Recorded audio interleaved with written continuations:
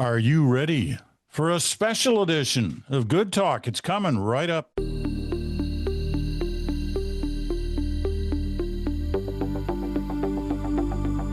hello there, Peter Mansbridge here, along with Chantal and Bruce Anderson. Special edition of Good Talk for this week.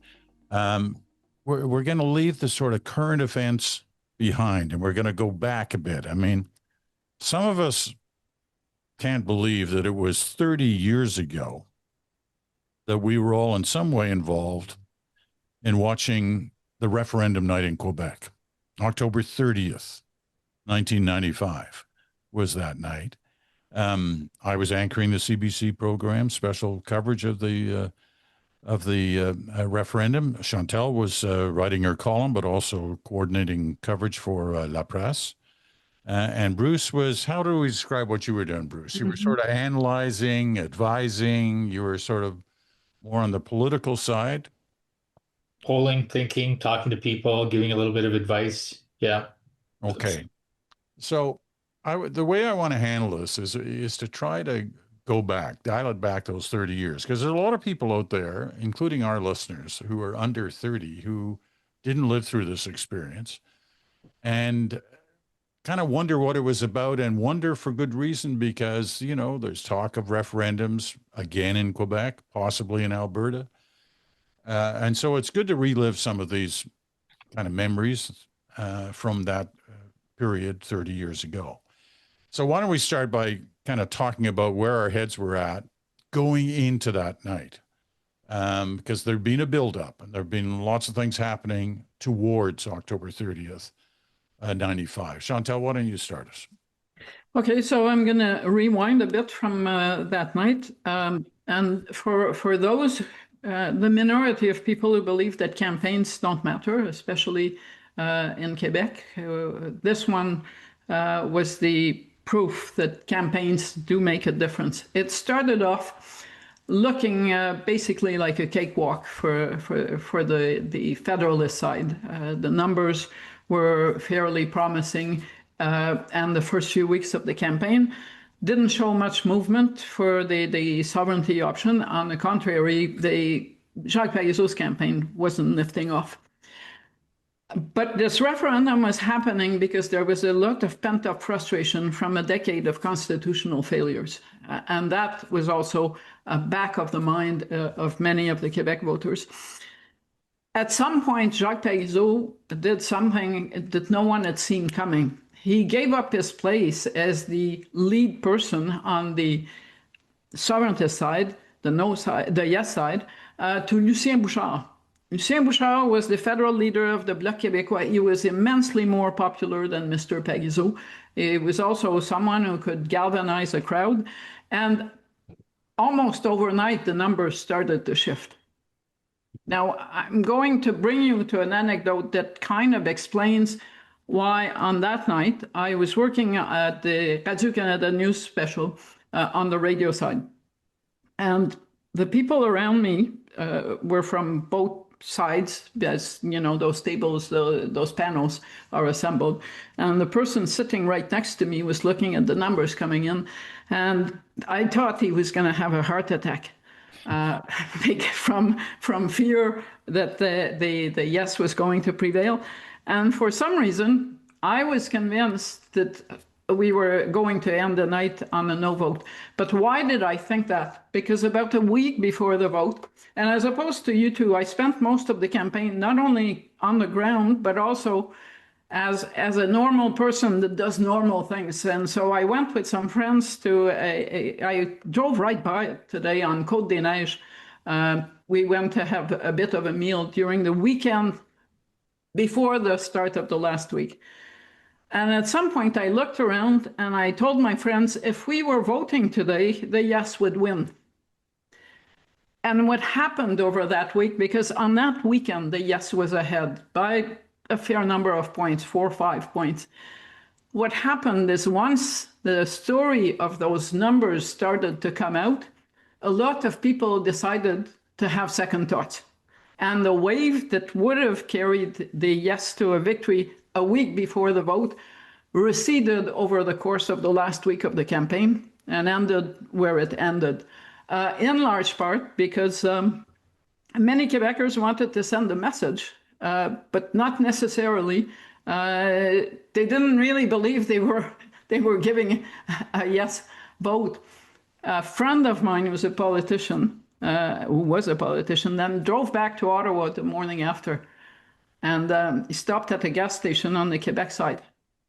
And the guy who was handing out, the gas said, "Great night last night." So my friend said, "So you voted no?" And the answer was, "No, no, no, no, no. I voted yes. And I'm totally happy with the result," which is razor thin. We sent our message, but we don't have to pay the postage. Bruce, I want to get a sense of where your head was at.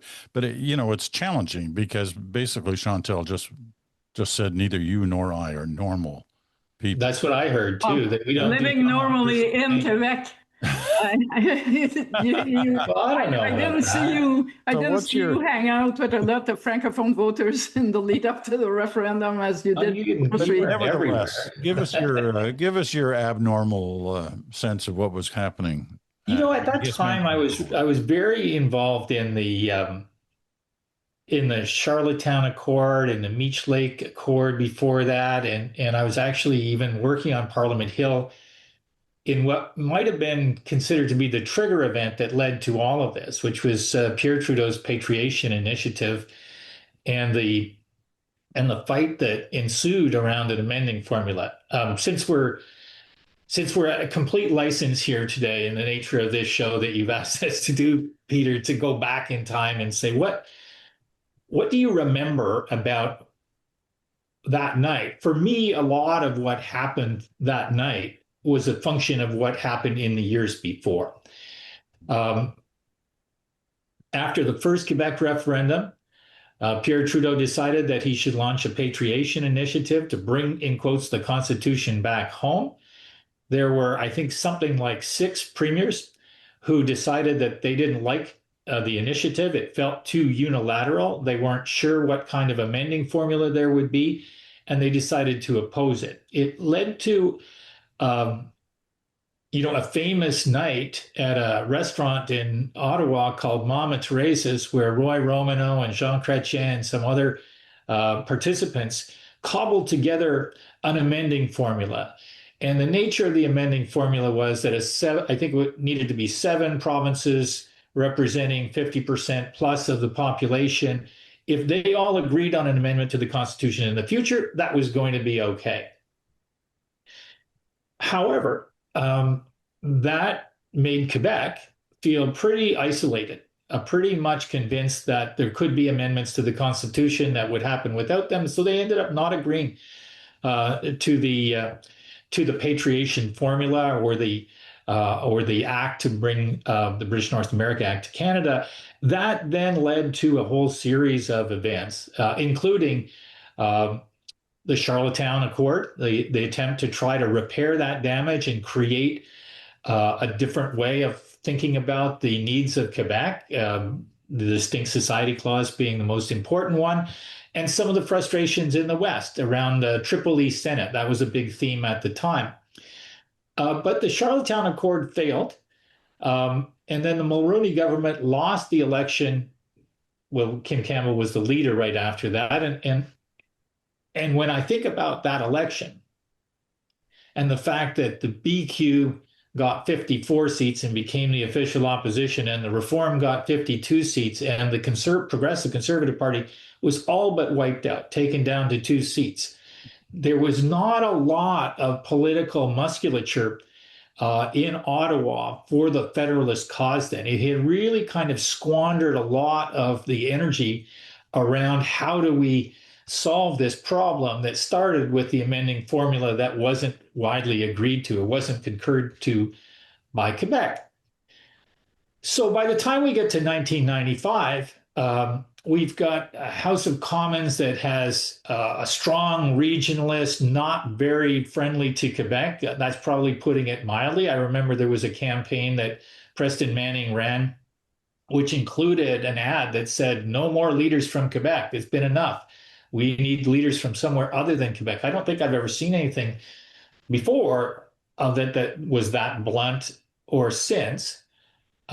Maybe Andrew Scheer did something like that, but it's unusual. Anyway, it created even more tension. And so what we had with this constant buildup of tension heading towards that particular referendum, and then we'll get into this maybe a little bit more. I had done some work with Bill Fox, who both of you know really well, to study how referendums work in different parts of the world, in Australia and in Ireland, and the petitions that happen all the time in the United States. And of course, we learned through that study that the no side is more likely to win than the yes side usually. That change is harder to persevere with through a referendum campaign than the argument for let's not change something. Chantal made the point people have second thoughts. Another aspect of that is it's one thing to say, here's this beautiful, shiny change, and everybody who agrees with that change stays on one side. But then all of a sudden, people can say, well, I don't like this part of it. I don't like that part of it. They don't all have to agree on what the better alternative would be. They just have to be enough people who say there are parts of it that I don't particularly like. So that set up a dynamic where even though the start of that referendum campaign was 60-40 for the change side, No, 60-40 for the side. 60-40 for the no change. So the federal and then it flipped to the yes side. That's right, and it flipped. And I think the biggest part of that for me was watching and I'll finish on this point, thankfully, I'm sure.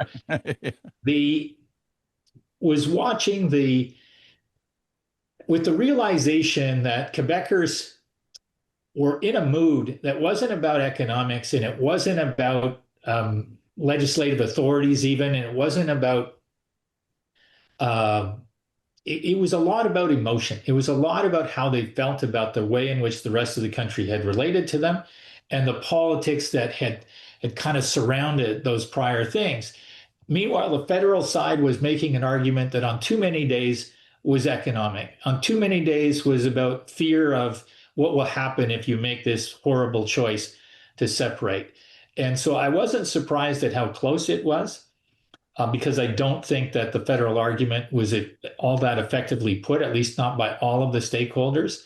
And there were a lot of stakeholders from all different sides. Yeah. Well, anyway, I said I'd stop there, but. Okay. Here's what I want to, and Chantal, you'll be best to answer this, I think. As you said, and as Bruce said, when the campaign started, it looked like it was going to be kind of a repeat of 1980, somewhere in the 60-40, maybe a little tighter than that, but it was going to be a win for the no side. Then everything changed when Lucien Bouchard entered the campaign. Even, Jean Charest said afterwards, that was a moment. Everything changed. He had the passion. He knew what to say, how to stir the crowds, how to stir those emotions that Bruce was just talking about. But talk to me about Lucien Bouchard, because he's a bit of a puzzle. So, some even argued in the days after that as close as it got to the actual vote, the less he wanted the yes side to win. I don't know whether that's true. Maybe you do, but talk to me about Lucien Bouchard. I don't know that Lucien Bouchard would be able to answer that your question as to how he felt in the dying days of the campaign, but I do believe from talking to him afterwards that he gave it everything to this campaign. Lucien Bouchard's strength, beyond his obvious political talents and his capacity to connect to Francophone Quebecers, Lucien Bouchard was the typical Quebec voter in the sense that this is someone who was a lifelong friend of Brian Mulroney. They were classmates in law school. He was appointed ambassador to France by Brian Mulroney once the Conservatives were in power. In 1988, when things were going south for the Conservatives and Mulroney was facing a re-election campaign over the free trade agreement, he brought Lucien Bouchard back from Paris and appointed him to cabinet, found a seat for him, got him elected. And the arrival of Lucien Bouchard and Brian Mulroney's cabinet made a significant difference to the outcome of the election in 1988 in Quebec.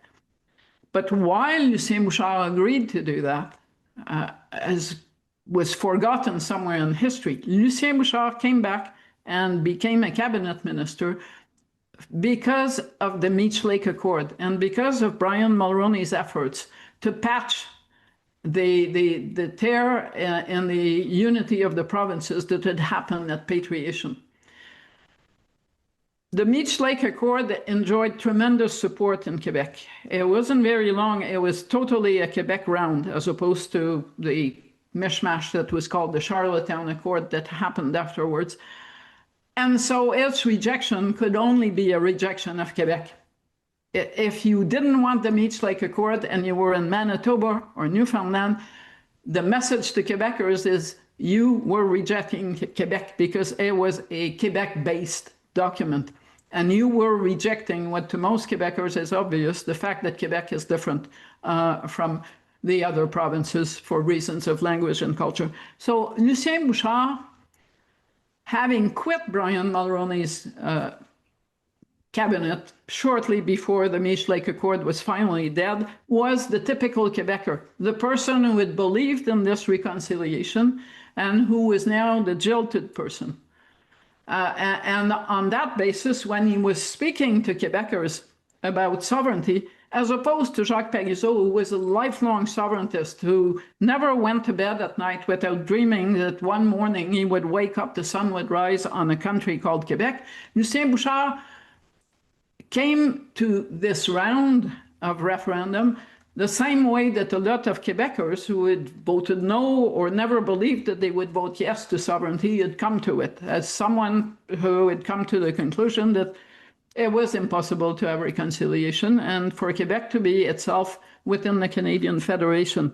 Now, whether he wanted this yes vote to happen is another question, in the sense that, yes, he wanted a victory, but what he wanted was something, a basis to negotiate a different relationship with the rest of Canada. That is not to say that at 50% plus one, he believed that it would lead to a separate country. But he believed that he would have a mandate to get a better deal for Quebec. I did a book about the referendum, 15, 20 years on, but the book wasn't about what I think about Quebec politics. It was about what all those people had to say about that last week and how they saw a possible yes vote. And I interviewed Lucien Bouchard at length.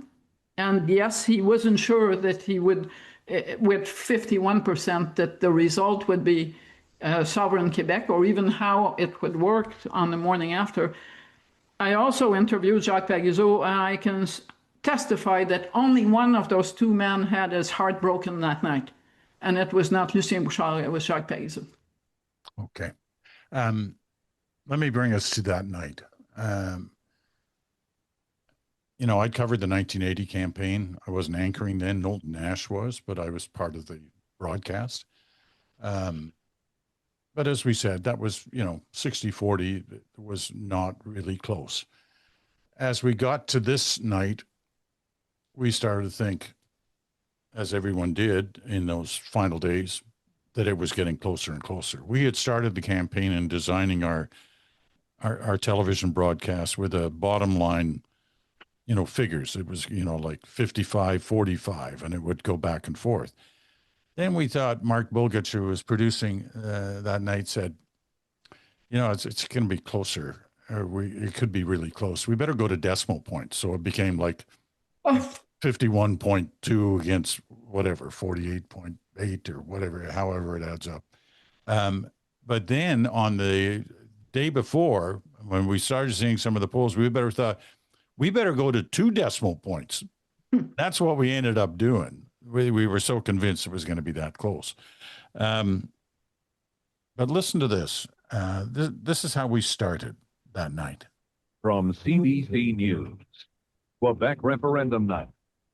In Montreal, here is Peter Mansbridge. And good evening. Welcome to our referendum headquarters in the old Windsor Hotel in downtown Montreal. The country's future lies in the hands of one province tonight. 5 million Quebecers are choosing between yes and no, between Quebec and Canada. This is the scene at a polling station in Montreal. And then he droned on for another 5 hours as we watched those numbers going back and forth. And the phrase that I used most often during that evening was kidded around about a lot after that. Was the way the votes were coming in, the sort of Anglo vote, the vote most likely to go no on the West Island of Montreal, was coming in slow, really slow. And as a result, the yes side was ahead for a good chunk of that evening. Yep. What was the temperature in Ottawa like when those numbers were happening, Bruce? What were you hearing from some of those people you were dealing with, both conservatives and liberals? Because you were dealing with both of them at that point. Yeah. I mean, there was a lot of the structure of the question in the campaign had a lot to do with how the Federalist forces, if you could call them that, were feeling in the final days. And by that, I mean the question that was put. I don't know if people remember it. Maybe we should just kind of remind people what it was, because it was arguably clever, arguably very manipulative. It was this. I'll read the English version of it. Do you agree that Quebec should become sovereign after having made a formal offer to Canada for a new economic and political partnership within the scope of the bill respecting the future of Quebec and the agreement signed on June 12th, 1995? That is asking people to know a lot about what those words mean, what the context implies, even what a yes vote really means. To become sovereign after having made a formal offer, did it imply that the offer would have been refused and then sovereignty would have transpired? It was so vague that it was entirely legitimate for the Federalist side eventually to come to the view that we need a Clarity Act where we can't have a referendum like this before. But that and the way in which the provincial government of Quebec had set up the dynamics for the campaign, plus the political background, meant that there were going to be unified federal forces on the surface of it. But below the surface of it, there were people who had different perspectives on a lot of this stuff. And they weren't all looking at it with the same eyes. And some of them had different political agendas. I think it's also fair to say that there was a lot of blame being placed on Jean Chrétien during that period of time. He was not seen as a helpful advocate for federalism. He was seen as one of those classic Pierre Trudeau era, more muscular federalists, one of those who was kind of more annoyed with Quebec separatism or aggrieved by it, rather than trying to empathize with the understanding of what the term sovereignty meant to most people, which wasn't necessarily a legalistic or a constitutional term. It was more an emotional term. It was an aspirational term. And so I remember I was looking again today at the speech that Jean Chrétien gave to the country in English and French 5 days before the referendum. And this was, let's bear in mind, well after the polling had showed that things were getting close, that the Federalist argument was not working. And the research was pretty clear about why it wasn't working. It was a technocratic, economic, fear-oriented argument to people who are saying, I'm not interested in the technocratic, economic, and fear arguments. And the more I hear them, the more I'm like, you know what? I just don't feel like I want to vote for your argument. Jean Charest, I'll put it in parentheses here, was not alone in making a different kind of argument, but he was the champion of a different kind of argument. And Chrétien, though, in the speech that he gave to the nation, televised speech, and it would have reached a lot of people. And let's bear in mind, there was like a 93% turnout in this referendum in Quebec. He, near the end of this, he's talked about making this irreversible, deep, devastating breaking up of Canada. Is that what you want to do on Monday? And near the end, he said, ask these questions. to the voters, do you really think that you and your family would have a better quality of life and a brighter future in a separate Quebec? Do you really think it's worth abandoning the country we've built in which our ancestors have left us? Have you found one good reason to destroy Canada? Well, this is not a charm offensive.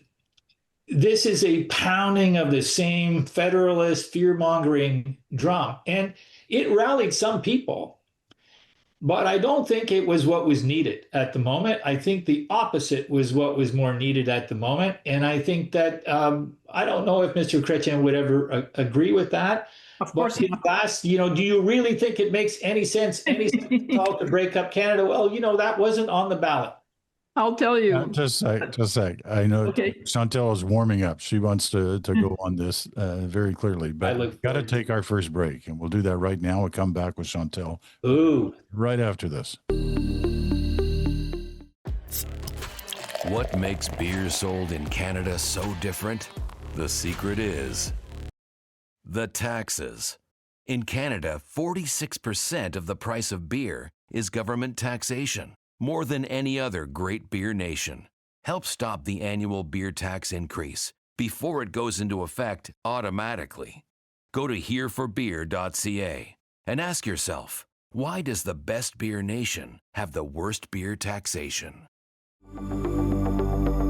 And welcome back. You're listening to a special edition of Good Talk for this week as we looking back at the 30th anniversary this month of the October referendum in Quebec on the future of not only Quebec, but the future of the country.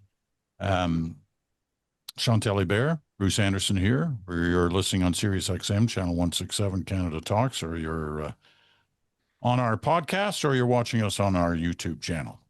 All right, Chantal, Bruce had the floor there. And Yep. You were motioning that you wanted to jump in, so where you go? Yes, I'll tell you what Jean Chrétien's speech actually accomplished. Yes, he scared a lot of people. Problem for Jean Chrétien is most of them were outside Quebec.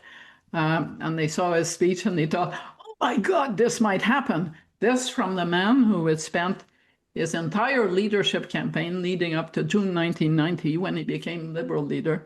And the time after that, telling Canadians that there was nothing to fear. The Meech Lake Accord didn't work, so what? Nobody was going to break up the country on his watch. It was all okay. So watching that speech, or even watching just the image of him speaking, no need for sound, he certainly put fear in the hearts of thousands of Canadians outside Quebec. In Quebec, he probably made a lot of people happy. If I had, kept score of the number of people who came up to me after the referendum and said, we taught him a lesson.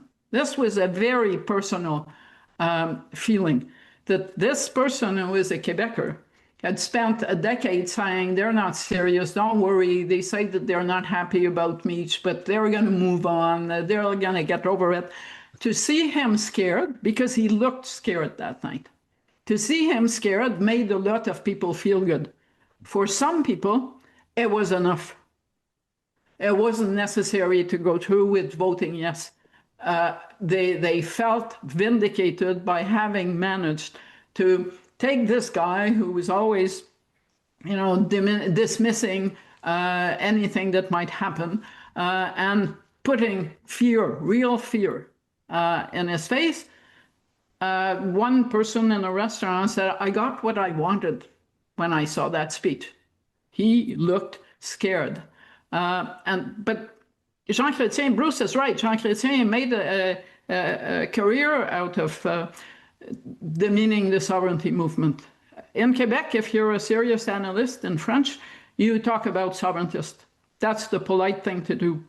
Jean Chrétien never stops talking about separatists and never stopped talking about separatists. And the way he said it was always, you could feel the contempt going into every syllable of that word. It's like calling the NDP communist. It tells you where that person is going. So don't forget, one point we never mentioned, 94% of Quebecers voted on referendum night. everyone who could vote voted. So it was an extraordinary participation. No one ever claimed not to have had their say or their vote suppressed. That's probably why in the months that followed, the province did find its way to reconciliation, did not remain cut in half as the results of the vote suggested. But I think for Jean Chrétien, it was a wake-up call. He knew about sovereignty. He had members of his family who were voting yes. So it's not as if he was disconnected from the reality of sovereignty. But I think he thought he could have a replay of 1980 and then, close the books once and for all. Obviously, that didn't happen. And the rest leads to the Clarity Act and Jean Chrétien's ultimate victory. Because that night, no one knew if no meant no. But over the decades that followed, it became pretty clear that no meant no.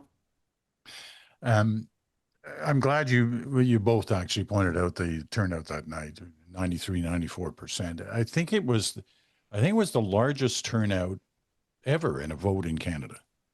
If not second largest, but it's definitely a lot higher than normal elections. And it was a 54,000 vote difference between the yes and the no. It was extremely close in terms of the sheer number of votes. And this is what it sounded like when we made the declaration of which side won.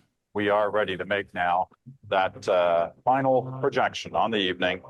CBC Decision Desk calling for a no victory numerically tonight. It's going to be a squeaker, maybe as much as 1 percentage point separating the two sides by the end of the evening. And that's Bernard Derome making the same announcement on Radio Canada on their broadcast that night. What's interesting is, well, a lot of things about that night were interesting, but it didn't take long after the networks had all decided which side was going to win based on the formulas they used to calculate these situations. It didn't take long before the story really changed dramatically when Jacques Parizeau spoke to the PQ membership in a rally that was quite unlike the one René Lévesque spoke to in 1980, which was dripping with emotion and was an incredible scene. But this one, Parizeau was mad. He was angry. And he basically, well, not basically, he did. He blamed the result en français, but translated was he blamed it on big money and the ethnic vote. Now, what did that do to the impact of the vote that night on the people of Quebec and the people in the country, but mainly the people in Quebec? What impact would that have had? Bruce, you go first on this round. What impact would Parizeau's reaction have? Yeah, the whole thing about the vote against the yes side was caused by big money and the ethnic vote. Well, it led to his resignation, but I think it probably made a lot of people think having referendums is not always a good way to solve democratic problems. Hopefully everybody has sort of watched how these things go over time and come to the conclusion that even when you do have a high turnout rate, if at the end of the day, people voting on one side think they know what they're voting for, but aren't sure. People voting on the other side think they want to vote on the other side, but they're not 100% sure. But in the end, they have to cast a ballot, and we're going to be guided by the results. And so then what our politicians do with those results is important, because the average person did not want, I don't think, in Quebec. I grew up in Quebec until I was 15 years old, 16 years old, and I knew what the FLQ was, and I knew what the hardcore separatist movement was, and I also knew what the adjacent to the separatist movement called the sovereignty idea really was. And I think it was incumbent upon politicians after that outcome to not just calm the waters, but to rethink the way in which they were talking about it. And Parizeau is obviously not up for that. And, with the benefit of hindsight, sovereignty association is what René Lévesque asked for. That's more or less what Parizeau's question was looking for. And maybe this is going to be controversial, but it is more or less what our federalism is today. Every province has a measure of sovereignty, and every province has an association with the rest of the country. And I sometimes feel that were it not for the muscularity of those federalists who said, I want to call out separatism as my political enemy, either because they hated the idea or because they saw making a political meal out of it. That created more tension in the run up to 1995 than there needed to be. Let me put it that way. And Parizeau's comment probably served as a reminder that calmer heads needed to start to prevail a little bit. You know, Chantal, you wrote a very successful book called The Morning After, a number of years after the referendum. But you were able to get people talking, and you mentioned how you got Bouchard talking. Talk to me about what Bruce was touching on, the impact of what that vote did in terms of Quebecers and their relationship within the country. Well, for one thing, I think many Quebecers, including those who were on the other side of this debate, would argue that the notion of a Quebec country in partnership with the Federation is more akin in their minds to the relationship between sovereign countries in the European Union than to the Canadian Federation. And that is more the model of what Quebec sovereigntists have sought. The question, and the two-part question, if Jacques Parizeau had had his way and if he had had a shot at winning, that was his plan, he would have asked, do you want Quebec to become a sovereign country? End of question mark. The second part, the partnership, was Lucien Bouchard's creation. And it was forced upon Jacques Parizeau with numbers to show that otherwise he was going to drive his sovereignty bus into a wall. He needed the partnership issue. Lucien Bouchard would have liked to negotiate something and to bring it back to the people for approval. That would have been his plan. Obviously, that was not where Mr. Parizeau would have wanted to go. But as for his election night comments, the fact that he quit basically the next day kind of, set them aside in a way. Because Lucien Bouchard was not of that persuasion, and as a premier, he didn't play in the movie of the us versus them. There is a section of the Parti québécois that has been into that. It was there before Jacques Parizeau made those comments, and it is still there today. But to win a referendum, you actually need to reach out beyond people who see Quebec society as the way it was maybe 100 years ago, essentially Francophones. But let's be serious here. Whatever Jacques Parizeau said that night about money and the ethnic vote, over the 30 years that have elapsed since then, Quebecers have had plenty of opportunity, if they so wished, to revisit that referendum result and to turn it into a yes. I did the math this morning. There have been 8 Quebec elections since the referendum and 10 federal elections. In every single one of those elections, there was a sovereignty option on the ballot. And the sovereignty option, every time, hurt the Parti québécois and those defending it. Over those 30 years, the PQ has only been in government 7 years. It's not for lack of success, but in the case of Lucien Bouchard, he did win a majority mandate as premier, but he lost the popular vote. If there had been a surge of, we want to revisit this, we feel the result is stolen, there are more than enough Francophone voters in Quebec to overturn the 50-50 result of 1995.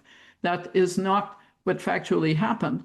And if you look at the other PQ government we've had over the years, that of Pauline Marois, a minority government, when Madame Marois tried to convert it into a majority, and the polls looked good for her, she recruited the owner of Québecor, Pierre-Carl Péladeau, who on the day he became a candidate, put the referendum back in the picture by raising his fist and saying we're going to have a country. What happened to Madame Marois? She became leader of the opposition. So when you look at, all those votes over all those years, what you see is time and time again, Quebecers saying, one, a majority do not want to vote yes, but even among those who would like to vote yes, a significant section would rather not be asked because they fear a defeat. So that is to the point where over those years, what finally happened? The Coalition Avenir Québec is not the result of a popularity contest that makes François Legault, or used to make François Legault, walk on water. It is the product of leading sovereigntists and leading federalists getting together to offer a party that wasn't going to be consumed with referendum politics. And the CAQ is in huge trouble today, but it is one of the rare governments over the past decade and a half that got a second term and counting. So this, to recreate the circumstances of 1995, even in 1997, now in 2025, is really easier said than done, because I don't believe that we would have had this referendum in 1995 had it not been for the constitutional history that preceded it. The sovereignty movement got a second chance. It didn't expect to have that chance, but to recreate what gave that momentum is going to be very hard. I understand that the current PQ leader is going to try very hard. I'm curious to see what happens to his lead in an election where he's promising a referendum in his first term. We'll know that this time next year. Okay. We're going to talk about that a little bit, and also the situation in Alberta. After our final break, we still have about 10 minutes to do that, and we'll do it right after this.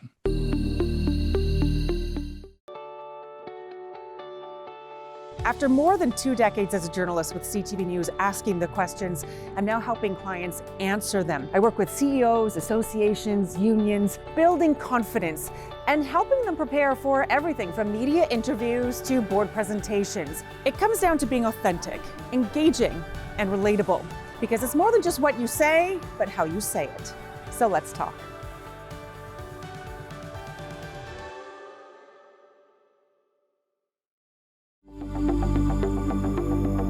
Welcome back to a special edition of Good Talk. We're dealing with the 30th anniversary, which comes up at the end of this month, of the Quebec Referendum in 1995.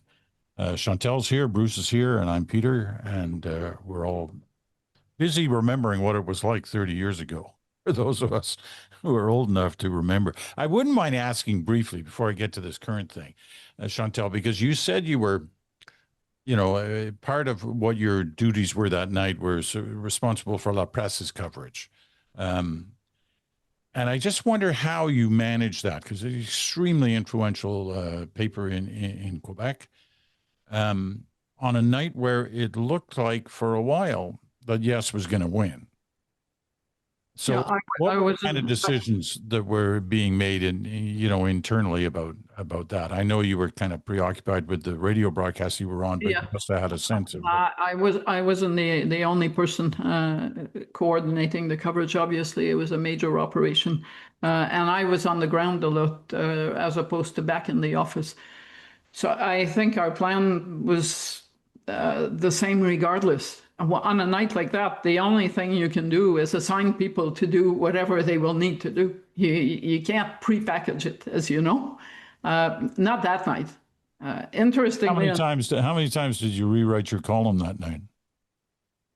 I don't even remember if I had to write a column. That's how bad.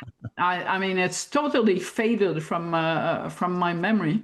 I remember that I was doing some political Do you know what you had for dinner that night or breakfast that night? The Radio Canada, the radio. I remember a couple of things about that night, but the first was the afternoon, because I was doing political analysis for a major financial institution, And as those types of organizations would, they really wanted a call one way or another. And I was really afterwards really proud of myself for having refused to give a call, for having said, you do not understand. It's going to be too close for me to give you a call. You're not getting a call. And then I remember walking back to where I was staying and thinking, I'm walking through downtown Montreal on a night like this. There are thousands of people on both sides all over the city, and it's very quiet. Exactly. I remember that too. I mean, some of us have been in countries where votes similar to that kind of thing would happen, and it would end up, extremely emotional, very close, but the side that lost, and then suddenly they're in the streets and they're burning this, that, and the other thing. But I too walked around downtown Montreal that night when we finally got off the air, and the quiet was quite something. Not like after a hockey game during the series. No, that's right. Okay, so what's the, I don't know whether lesson's the right word, but what's the takeaway for, say, like people in Alberta, some of whom are considering strongly the idea of a referendum on their future? What's the takeaway for them, Bruce? Well, first thing for me is that referendums are dynamite. They're explosive. They can turn out really badly. They can create problems that are worse than the problems that you think you're trying to solve with them. Best example, I think, for me, other people might have a different view about it, is the Brexit one, which really divided young people versus old people, and people in one part of the UK from people in others who saw their future being taken away because of this very narrow vote, or the future that they imagined for themselves, very narrow vote. It was a terrible way to try to decide the relationship of the UK with the EU, I believe. And I think our experience in Canada with these referendums is they don't advance the ball, or the puck, I guess is probably the better metaphor. Here in Canada, they can sometimes set us back years. They can create more division, more rancor. Second thing for me is the Federalist response in '95, at least as voiced by Jean Chrétien. I don't mean to be overly critical of him. He's a very proud nationalist, and I know that a lot of people have a lot of regard for a lot of things that he did. But in the context of how he articulated his argument, it was a little bit more like, have you lost your mind? Mm-hmm. And I don't think have you lost your mind is the way to speak to Albertans who feel a certain sense of frustration with the Federation, or British Columbians for that matter. I think the have you lost your mind argument for federalism is the worst possible argument for federalism, and federalists need to be either more inclined to just tamp the conversation down and replace it with a kind of a collective aspirational conversation, or at least engage it in a way that acknowledges that there's some sort of root cause of an instinct for greater sovereignty, if I can put it that way. And the third thing is, in 1995, I think the use rate of the internet was around 7%, somewhere between 5 and 10. Now, I don't know about you, but if I think about today, it's Facebook, YouTube, TikTok, Instagram. And that's how that campaign will go. And good talk. And yesterday, I looked at Instagram a little bit, and I'm getting all of these reels. And the reels that I saw, for some reason, have Queen Elizabeth in a wrestling match, and have all kinds of AI-generated fake, completely fake, but entirely plausible-looking pieces of video content. I'm terrified of what would happen in a world of AI and ubiquitous internet access to an otherwise structured conversation that the country could have in 1995 because of the nature of our media environment. Chantal. Oh, yeah, well, terrified is not really, it's always interesting, terrified and scared when the referendum issue comes up. It's not really a word that translates in the other official language. But to people in Alberta who are looking at this, The one thing about the Parti québécois and the 1995 referendum is that it was built on a solid foundation of electoral success, both at the federal and the provincial level. It's really hard to translate a movement into votes in a referendum if you can't manage to get the dog catcher elected in a riding. That's rule number one. You do need, if you're serious about country project, you do need people with some stature, gravitas, and government experience to want to lead your party. It's not kind of a one-night talent show and then you move on. It's a serious proposition to want to go down that road. And as for the risks, I guess Lucien Bouchard put it best in a recent interview about the current plans for a referendum. What he said is losing 2 referendums cost Quebec within the federation, gave it less leverage. So if you think of Alberta and a referendum and the results are not terribly positive for the secession option, that can only lead to Alberta's demands being taken less seriously than they would be otherwise. That is what happens. And that is also, Mr. Bouchard was not talking about Alberta. He was talking about the notion that a 3rd referendum at a juncture where 2/3 of Quebecers say they don't want one, and 60% say, give or take a few points, say they would vote no, is not a good idea because it can only diminish Quebec's leverage. Well, that's also true of Alberta. Well, it was certainly a night like no other that we've seen. Watching those numbers tip back and forth from one side to the other, and making everybody, no matter where they were in the country, because there were huge numbers. I mean, the turnout was big in Quebec. There's no question about that. But across the country, there were huge numbers in terms of those who were watching, because people were on the edge of their seats, wondering about what was going to happen in terms of the future of the country and trying to imagine it, with a major chunk of it not being within the country. And so the same, concerns and worries, fears, and excitement for some would be the result of other referendums if they're held, whether it's one in Alberta or if the PQ wins in the next provincial election in Quebec and he follows through on his promise to have another referendum. Well, the same. One wonders how similar it would be, not just on Quebecers or Albertans' parts, but the rest of the country itself. I mean, there are enough tensions around the country right now for a lot of reasons that would add to the mix. Okay, there was some fear when we thought of doing this. I'm glad we did it because it was a good experience. It was great to hear your recollections of a different time in the country, and we look forward to getting back to the regular routine next week, right here on Good Talk. Thanks to Chantal. Thanks to Bruce. Have a great weekend. We'll talk to you all again next week. Cheers, guys. Thanks, guys. Bye.